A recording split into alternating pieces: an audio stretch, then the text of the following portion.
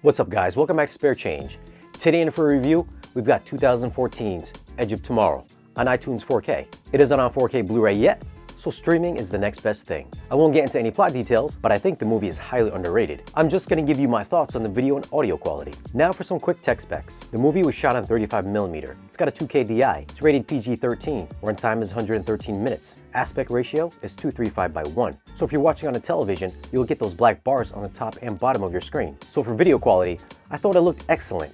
Detail and sharpness got a noticeable bump over the regular Blu-ray. Textures on clothing and the battle suits looked very detailed, with scratches and battle-worn damage being clearly visible. Facial close-ups revealed better definition, with facial lines and pores obviously looking better than the regular Blu-ray as well. The beach battle in Chapter 3 had great textures with individual sand particles and debris flying everywhere. HDR usage brought out richer color saturation, and the overall tone of the film seemed a bit warmer. There's some nice peak highlights from explosions and gunfire on that beach attack, but I never thought it got extremely bright like in more recent releases. Black levels were deep and contrasty, but I did notice some compression artifacts on the walls in Chapter 9 while Cage was facing the mimics. There was some macro blocking on the walls and some loss of detail. I checked on the regular Blu-ray and I didn't notice any of those issues. This movie also comes in 3D Blu-ray as well, and I think it's one of the better experiences out there. Chapter 3's beach attack is demo worthy if you have a 3D display. The part where the soldiers drop from the ships had amazing depth as they fall from the sky and swing around in the air. All the mud and debris can be seen flying through the air in front of your face, and when the mimics show up, they often swing their tentacles around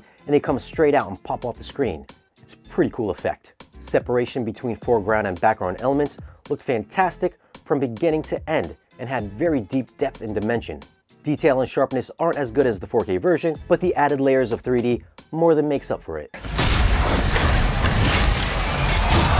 Audio on the 3D version is in DTS HD 7.1, and it's one of the best 7.1 mixes out. The beach attack again in Chapter 3 is a standout, with the mimics moving in and out of the soundstage and gunfire shots in every direction. Ambient effects are subtle and always present, and panning effects like helicopter flyovers were seamless even without height speakers being used. Bass response is reference and will tax just about any subwoofer out there. Just play the first 20 seconds at reference level, and if your subwoofer isn't capable, it just may blow. Audio on the 4K stream is either Dolby Digital 5.1 or multi-channel PCM 5.1. I listened to the PCM version and found it somewhat similar to the 7.1 mix, but obviously not as immersive without having the extra 2 channels to fill in the rear gap. Soundstage sounded like the DTS mix, even down to the ultrasonic bass note in the first 20 seconds. Dialogue sounded great on both mixes, so no issues there. So for audio on the 4K mix, I'd have to give it a 7.5. If it was 7.1, then this stream would have been demo-worthy material. For the 3D audio mix, I'm gonna go with a 9. Excellent bass along with effective panning